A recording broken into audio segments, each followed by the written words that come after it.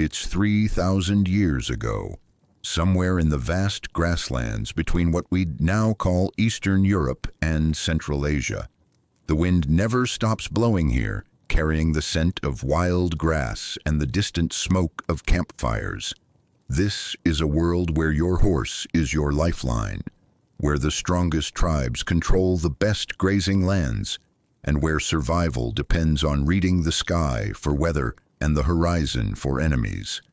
Now, most people back then lived in cities behind walls, farming the same patch of dirt their great-grandfathers farmed, but not everyone.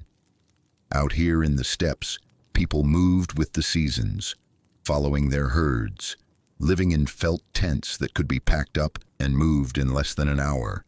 These were the nomads, and they were about to face the biggest threat they'd ever seen. Our story begins with a woman named Kira. She's 28 years old, which made her practically middle-aged by the standards of her time. She's got the kind of weathered hands that come from handling horses and weapons since childhood, and eyes that seem to see everything at once. Kira belongs to the Windwalker tribe, about 300 people who've been roaming these grasslands for generations. Her father was their chief until he died in a hunting accident 2 years ago, and now she leads them. Leading a nomad tribe isn't like being a king or queen in some fancy palace. There's no crown, no throne, no servants bringing you food on golden plates. Your authority comes from respect, and respect comes from making good decisions that keep your people alive and fed. Kira earned that respect the hard way. She could outride most of the men in her tribe. She knew every water source for 100 miles in any direction, and she had a gift for sensing trouble before it arrived. And trouble was definitely coming. It started with the refugees. First, just a few families from the eastern tribes, showing up at Windwalker camps with everything they owned, loaded onto worn-out horses. They told stories that seemed too crazy to believe. Ships, they said. Hundreds of them appearing on the eastern shores like a forest of masts. Men in bronze armor pouring onto the beaches, building fortified camps, and then marching inland with weapons and tactics the nomads had never seen before. These weren't raiders looking for quick plunder. This was an invasion, organized and methodical. The eastern tribes had tried to fight them off, but one by one they were being crushed or driven west. The survivors brought tales of iron discipline, of soldiers who fought in perfect formation, of siege engines that could break through any defense. Kira listened to these stories around the evening fires, watching the faces of her people as the refugees spoke. She could see the fear starting to creep in, the way conversations got quieter, the way people started looking east every morning like they expected to see enemy banners on the horizon. The breaking point came when Jorak arrived. Jorak was the chief of the Thunderhorse tribe, the Windwalkers' closest neighbors and sometimes rivals. He was a big man with a braided beard and scars across his knuckles from a lifetime of fighting. Kira had known him since childhood, and she'd never seen him look scared. But when he rode into her camp that morning, his face was pale beneath his tan. "They're 3 days behind me," he said without any greeting, sliding off his exhausted horse. "Maybe less. My tribe is scattered to the winds. Some are dead, some are fleeing north, some just disappeared in the night." Kira offered him water and a place by the fire, but Jorak shook his head. "There's no time for rest. You need to understand what's coming, Kira. These aren't just warriors, they're like nothing we've ever faced." He described the attack on his people. The invaders had appeared at dawn, moving in perfect rectangles of shields and spears. They didn't charge wildly like nomad warriors did. They advanced slowly, steadily, like a wall of bronze and death. When the Thunderhorse riders tried their traditional tactics, circling and shooting arrows from horseback, the enemy soldiers just locked their shields together and kept moving forward. Our arrows bounced off their shields like raindrops, Jorak said, his voice hollow. And when we tried to charge through their lines, they had these long spears, longer than anything we've ever seen. My best riders, men who'd been fighting since they could walk, cut down before they could even swing their swords. But it was what came next that really shook him. After defeating the Thunderhorse warriors, the invaders didn't just take their horses and move on like raiders would. They stayed. They built a camp, a real fortified position with walls and ditches. They were planning to hold the territory permanently. They're not here to raid and leave, Jorak said.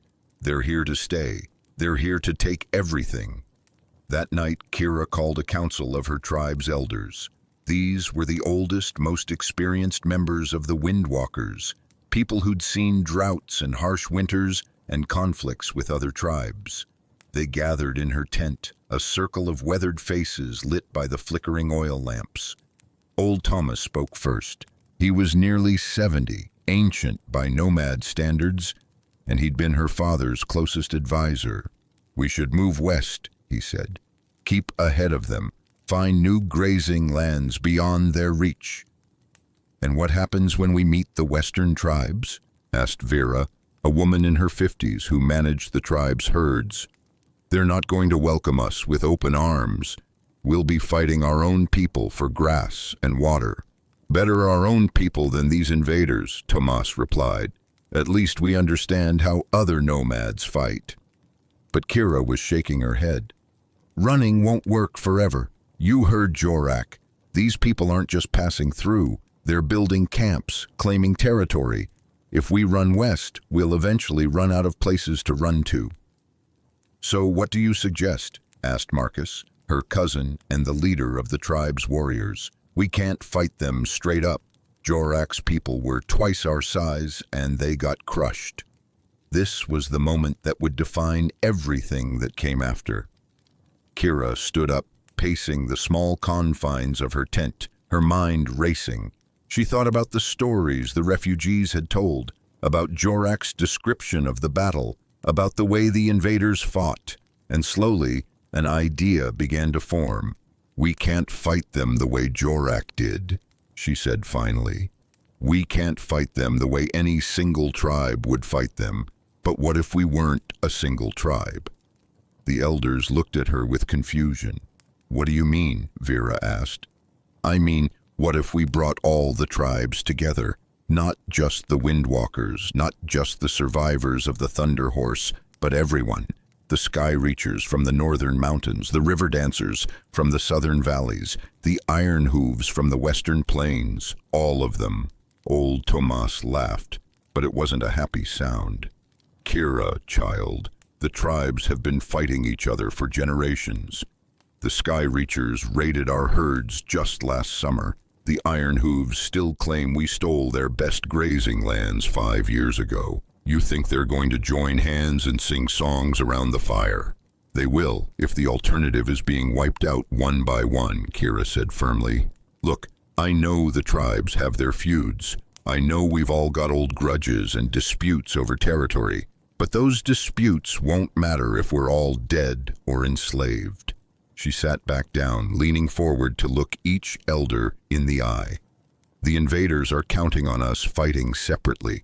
They're counting on us being divided, on each tribe trying to handle this alone. That's how they've been winning. But what if we gave them something they didn't expect? What if instead of facing 300 Windwalkers or 400 Thunderhorse, they faced 3,000 nomads all working together?" Marcus was nodding slowly. "It could work. Our individual strengths combined. The Sky Reachers know the mountain passes, the River Dancers know every water source for miles, the Iron Hooves have the best horse breeders, and we know the central grasslands better than anyone," Kira added. "But it's not just about military strength, it's about survival. These invaders, they don't understand our way of life. They're trying to turn our lands into something else, something permanent and settled. If we let them succeed, even if some of us escape, the nomad way of life dies with this generation." The debate went on for hours. Some elders were convinced, others remained skeptical. The biggest concern was leadership. If all the tribes came together, who would be in charge? Each tribe had its own chief, its own customs, its own way of doing things. The idea of taking orders from someone outside their tribe went against everything they'd been raised to believe.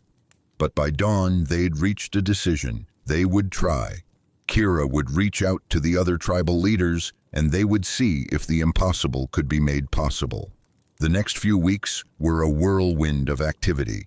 Kira sent her fastest riders to every tribe within 100 miles, carrying messages asking for a great gathering. It was dangerous sending people away when the enemy was so close, but it was the only way to make contact. The responses came back slowly, and they were mixed. Some tribes were interested but cautious. Others were openly hostile to the idea. The Sky Reachers sent word that they were too busy fortifying their mountain strongholds to consider any alliance. The River Dancers demanded to know why they should trust the Windwalkers when there were still disputes over water rights from 3 summers ago. But some said yes. The remnants of Jorak's Thunderhorse tribe, obviously. The Swift Arrows, a smaller tribe that had already had 2 encounters with the invaders' scouts. The Dawn Riders, who controlled some of the best grazing lands in the region and knew they'd be targeted soon. One by one, messengers brought back confirmations. The meeting was set for the full moon at the ancient gathering place called the Circle of Stones. It was neutral ground, a place where tribes had met for trade and negotiations for hundreds of years. No tribe claimed it, and there were old customs that made it safe for enemies to meet there without bloodshed. But getting there safely was another challenge entirely. The invaders were pushing west faster than anyone had expected. Kira's scouts brought back reports of enemy patrols just 2 days' ride to the east. The Circle of Stones was directly in their path. "We'll have to move fast and quiet," Kira told her people as they broke camp. Small groups, different routes, meet at the stones just before the moon rises. The journey was tense. They traveled mostly at night, avoiding the main paths, staying in the low places where they wouldn't be silhouetted against the sky. Twice they had to hide while enemy scouts passed nearby, holding their breath and keeping their horses calm until the danger passed. But they made it. As the full moon began to rise, Kira crested the hill overlooking the Circle of Stones and saw the most amazing sight of her life. Campfires dotted the ancient gathering place like stars, and the smoke from dozens of cooking fires rose into the night sky. Horses grazed in makeshift corrals, and the sound of voices, hundreds of voices, drifted up from the valley. They had come, not all of them, but more than Kira had dared to hope. As she rode down into the gathering, she started counting. The Thunderhorse remnants, about 100 people. The Swift Arrows, maybe 60. The Dawn Riders had brought nearly 200, and there were others, tribes she hadn't even expected to see. But it wasn't just the numbers that amazed her, it was the atmosphere. These people had been enemies, rivals, competitors for resources just weeks ago. Now they were sharing food, trading stories, even laughing together around the fires. The threat of the invaders had done something that generations of diplomacy couldn't manage. It had made them see each other as people instead of obstacles. The formal gathering began at midnight when the moon was highest. The tribal leaders met in the center of the stone circle, each bringing a handful of their most trusted advisors. Kira looked around at the faces in the firelight and realized this was either the beginning of something incredible or the end of everything she'd ever known. Jorak spoke first, describing in detail what had happened to his people. Then came reports from the other tribes. The pattern was always the same. The invaders appeared, fought with devastating effectiveness, and then stayed to hold the territory. They weren't just conquering, they were colonizing. "So we're agreed on the threat," said Borgen, chief of the Dawn Riders. He was a practical man, older than Kira, but younger than most of the other leaders. "The question is, what do we do about it?" This was where things got complicated. Everyone had ideas, but they were all different ideas. Some wanted to mass their warriors for one great battle. Others preferred hit-and-run tactics, striking at the invaders' supply lines and melting away before they could respond. Still others thought they should try to negotiate, maybe offer tribute in exchange for being left alone. The arguments went on for hours. Voices were raised, old grudges surfaced, and at one point it looked like the whole gathering might break apart in anger. But every time the discussion reached a breaking point, someone would mention the invaders, and everyone would remember why they were there. It was nearly dawn when Kira stood up to speak. She'd been mostly quiet through the long night, listening to everyone else's ideas, watching the dynamics between the leaders. Now she had something to say. "I've been thinking about what makes us strong," she began, "not just as individual tribes, but as nomads. What is it that's let us survive and thrive in these grasslands for generations while the settled peoples stayed behind their walls?" She walked to the center of the circle, looking at each leader in turn. "It's our mobility, our ability to appear where we're not expected, to strike and then disappear, to live off the land without needing permanent bases. The invaders are strong, but they're also slow and predictable. They build camps and stay in them. They march in formations that can't change direction quickly. They need supply lines to feed their armies." "So you're suggesting hit-and-run tactics?" asked Vera, who had come as one of Kira's advisors. "More than that," Kira replied. "I'm suggesting we use our mobility not just to fight them, but to unite all the tribes they haven't reached yet. Think about it. Right now, the Western tribes don't really believe the threat is real.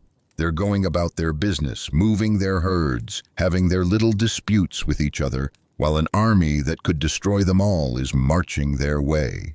She pointed east, toward the rising sun and the approaching enemy. "But what if delegations from this gathering rode to every tribe between here and the Western Sea? What if we brought them proof of what's coming? What if we offered them a choice? Join the alliance now while we're still strong enough to make a difference, or face the invaders alone later?" Old Tomas, who had been skeptical from the beginning, nodded slowly. "It could work. The Western tribes respect strength, and if we ride to them as a united force. Plus," added Marcus, "if we're constantly moving, constantly growing our numbers, the invaders won't be able to pin us down for a decisive battle until we're ready." But Borgen was shaking his head. "This is all very inspiring, but you're talking about something that's never been done before. A confederation of all the nomad tribes. Who's going to lead it? What happens when the chiefs disagree? What happens when old rivalries surface?" This was the heart of the problem, and everyone knew it. The nomads had never had a single leader because they'd never needed one. Each tribe was independent, self-sufficient, capable of surviving on its own. But now they needed to act as one, and that required someone to make the final decisions. The silence stretched on as each leader considered the implications. Finally, it was Jorak who spoke up. "I think it has to be Kira," he said quietly. The reaction was immediate. Several chiefs started talking at once, some objecting, others asking questions. But Jorak held up his hand for silence. "Hear me out," he said. "I know what you're thinking. She's young, she's from a smaller tribe. Why should the rest of us follow her? But think about why we're all here. Whose idea was this gathering? Who convinced us to put aside our differences and work together? Who's been talking sense all night while the rest of us have been arguing about old grudges?" He stood up, facing Kira across the circle. "My people are scattered to the winds because I tried to fight the invaders the old way, tribe against army. I failed them, but Kira saw what I couldn't see, what none of us could see. She saw that our strength isn't in our individual tribes, it's in our unity." One by one, the other leaders began to nod. Not all of them, and not enthusiastically, but enough to make it clear that the idea had support. "I'll follow her," said the chief of the Swift Arrows. "For now, anyway, until this crisis is over." "Same here," said another voice, then another, but Kira was shaking her head. "No," she said firmly, I won't be your war chief or your queen or whatever you want to call it. That's not how this works." Everyone stared at her in confusion. After all the discussion, after finally reaching agreement, she was turning them down? "I'll be your coordinator," she continued. "Your voice when we need to speak as one. But I'm not going to rule over you. We're still independent tribes, still free peoples. We just happen to be working together right now because we have to." It was a subtle distinction, but an important one. The nomads valued their independence above almost everything else. The idea of a permanent ruler, even one they'd chosen themselves, went against their most basic beliefs. But a coordinator, someone who could help them work together while preserving their autonomy, that was something they could accept.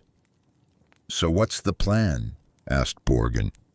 Kira looked around the circle one more time, then began to outline what would become known as the Great Alliance. The tribes would split into 3 groups. One would continue moving west, reaching out to the unconvinced tribes and adding to their numbers. Another would harass the invaders' supply lines, keeping them off balance and slowing their advance. The third would scout ahead, gathering intelligence on enemy movements and preparing ambush sites. "We don't fight them head-on unless we have to," she explained. "We make them chase us across the grasslands, stretch their supply lines, tire their men, and frustrate their commanders. Every day we delay them is another day for more tribes to join us, another day to prepare for the final confrontation." "And when does that final confrontation come?" asked Marcus. "When we're ready for it," Kira replied. "When we have enough tribes united, when we've chosen the right battlefield, when we have every advantage we can possibly get. This isn't about courage or honor, this is about survival." The sun was fully up now, and the immediate danger was becoming clear. Enemy scouts had been spotted less than a day's ride away. The gathering would have to disperse quickly before they were discovered. But something incredible had happened during that long night of discussion. The nomad tribes had found a way to work together, not perfectly, not without friction, but well enough to face the crisis ahead of them. Over the next several weeks, the plan began to take shape. The Western expedition, led by Borgen and the Dawn Riders, rode hard toward the distant tribes, carrying word of the alliance and proof of the invader threat. They found mixed receptions. Some tribes joined immediately, others needed convincing, and a few refused outright. But slowly, steadily, the alliance grew. Meanwhile, the harassment campaign was proving effective. Small groups of nomad warriors would appear from nowhere, strike at supply convoys or isolated patrols, and then vanish back into the grasslands. The invaders tried to pursue them, but their heavy armor and disciplined formations were no match for nomad horses in open country.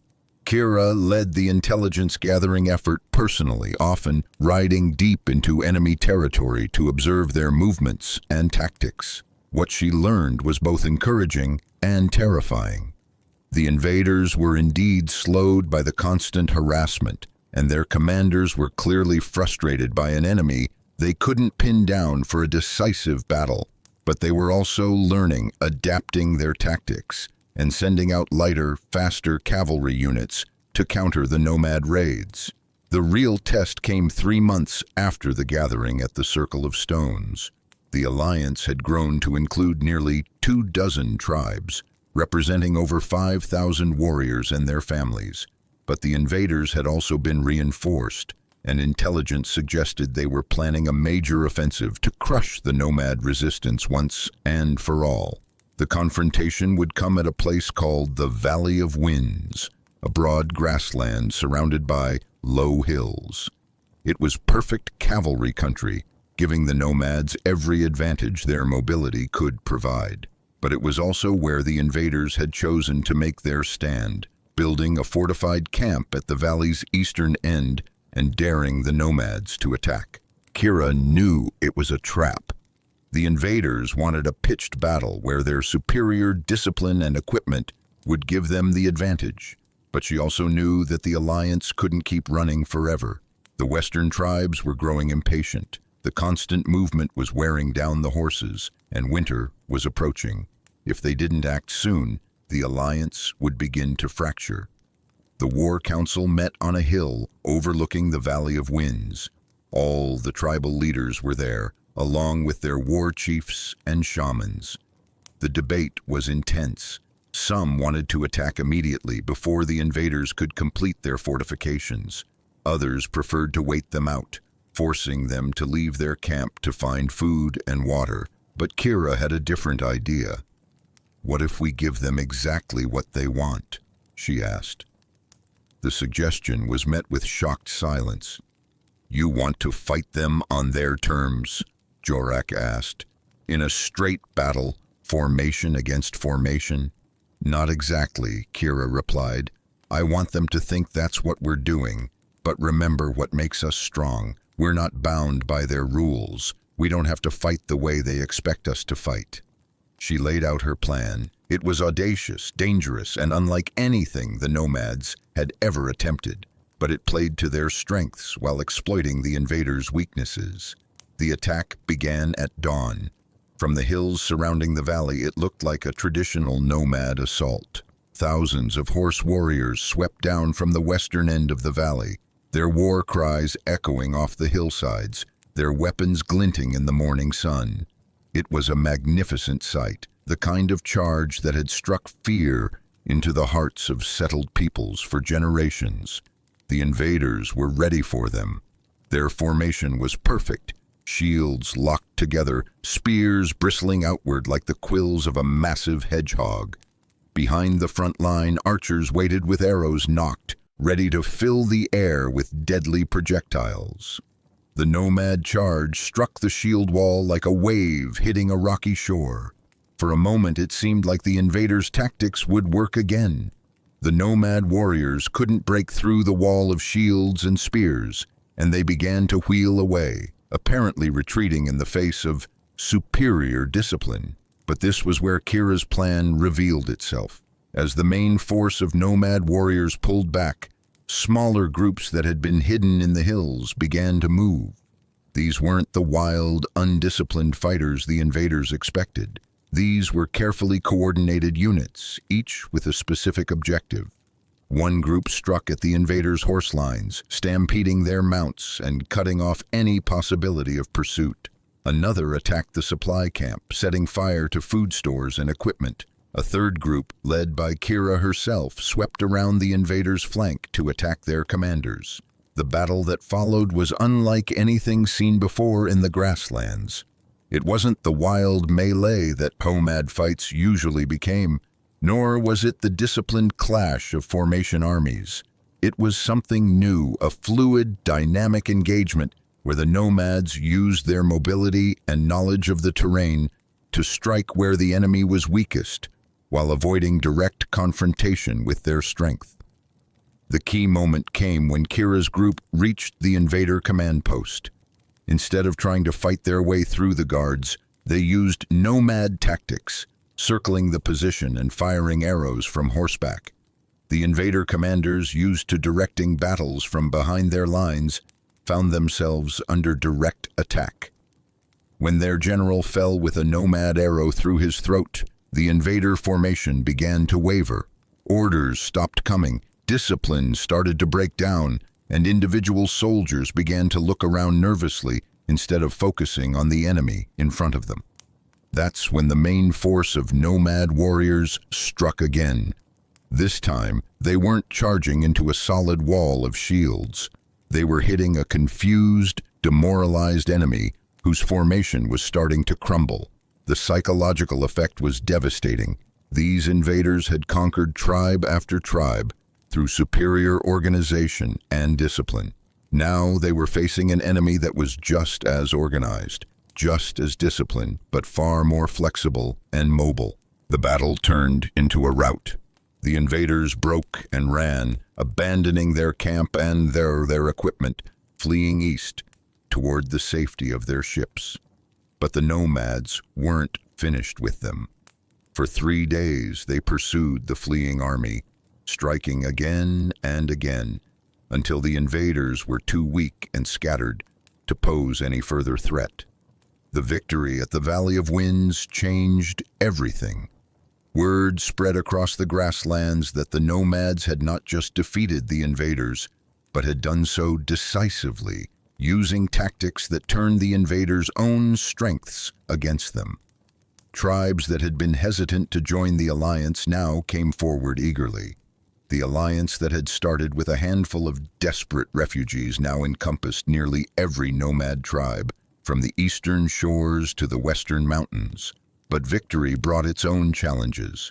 With the immediate threat gone, the old tensions between tribes began to resurface. Some chiefs wanted to pursue the invaders back to their homeland, to ensure they could never return. Others wanted to disband the alliance and return to the traditional nomad way of life. Still others saw an opportunity to use the alliance's strength to settle old scores with settled peoples who had wronged them in the past. Kira found herself in the position she'd never wanted, trying to hold together a coalition that was threatening to tear itself apart in victory. The coordination that had worked so well in crisis was proving much harder to maintain in peacetime. The solution came from an unexpected source. Old Tomas, who had been skeptical of the alliance from the beginning, approached Kira with a proposal. "The alliance worked because we had a common enemy," he said. "Now that enemy is gone, and we're remembering why we used to fight each other. But what if we had a common purpose instead of a common enemy?" He outlined his idea. The alliance wouldn't become a permanent government or a standing army. Instead, it would be a network, a way for the tribes to share information, coordinate responses to threats, and settle disputes without bloodshed. Each tribe would remain independent, but they would all be part of something larger. "Think of it like a great trading network," Tomas explained. "The merchants who travel between cities don't rule those cities, but they connect them, share news, create relationships. We could do the same thing with the tribes." It was a brilliant solution, one that preserved nomad independence while maintaining the benefits of cooperation. The alliance would meet annually at the Circle of Stones, not to plan wars, but to trade, share stories, arrange marriages between tribes, and resolve disputes through negotiation rather than violence. Kira's role would change too. Instead of being a war leader, she would become something like an ambassador, traveling between tribes, maintaining relationships, and serving as a neutral voice when conflicts arose. It wasn't the kind of power that kings and emperors wielded, but it was something more suited to the nomad way of life. The final gathering of the Great Alliance took place a year after the victory at the Valley of Winds. Representatives from over 30 tribes came to the Circle of Stones, but this time it wasn't to plan for war. It was to celebrate peace, to establish the new network, and to honor those who had fallen in the fight against the invaders. Kira stood in the center of the stone circle, looking out at the faces illuminated by the firelight. A year ago, these people had been strangers and enemies. Now they were part of something larger, connected by shared experience and mutual respect. "We came together because we had to," she said. "We stayed together because we chose to. And now we're creating something that will outlast all of us. Something our children and grandchildren will benefit from long after we're gone." The network she described did indeed outlast them all. For generations, the nomad tribes of the grasslands maintained their alliance, not as subjects of a single ruler, but as free peoples who had learned the value of cooperation. They traded with each other, intermarried, shared knowledge and resources, and presented a united front to any external threat. The story of the Nomad Queen's alliance became legend among the grassland peoples, but it wasn't the kind of legend that glorified conquest or individual heroism. It was a story about the power of unity, about how people who had every reason to remain enemies could find a way to work together when they needed to. Kira herself lived for another 30 years after the victory at the Valley of Winds. She never took a permanent throne or established a dynasty. She remained what she had always been, a nomad who moved with the seasons and the needs of her people. But she also became something new, a bridge between worlds, a living symbol of what was possible when people chose cooperation over conflict. When she died at the age of 58, she was mourned by tribes across the entire grassland region. Her funeral was held at the Circle of Stones, and representatives from every tribe in the network came to pay their respects. They buried her with her horse and her weapons, as was the nomad custom, but they also buried her with gifts from every tribe she had helped unite. The network continued for centuries after her death, adapting and evolving as circumstances changed, but always maintaining the core principles she had established. That strength came not from domination, but from cooperation freely given. And that's the real lesson of the Nomad Queen's Alliance. It's not a story about military tactics or political maneuvering, though it has plenty of both. It's a story about leadership, about the difference between ruling over people and working with them.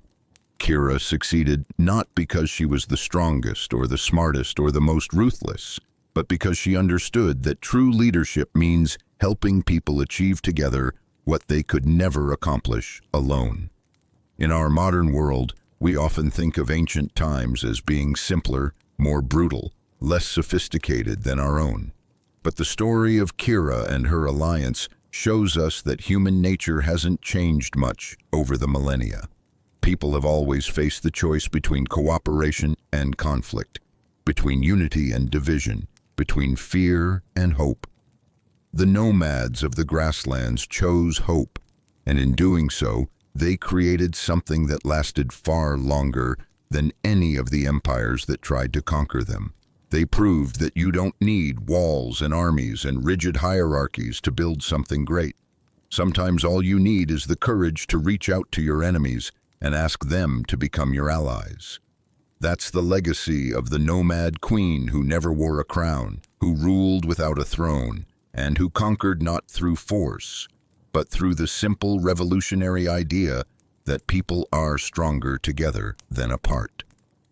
And in a world that often seems determined to tear itself apart, maybe that's a lesson worth remembering.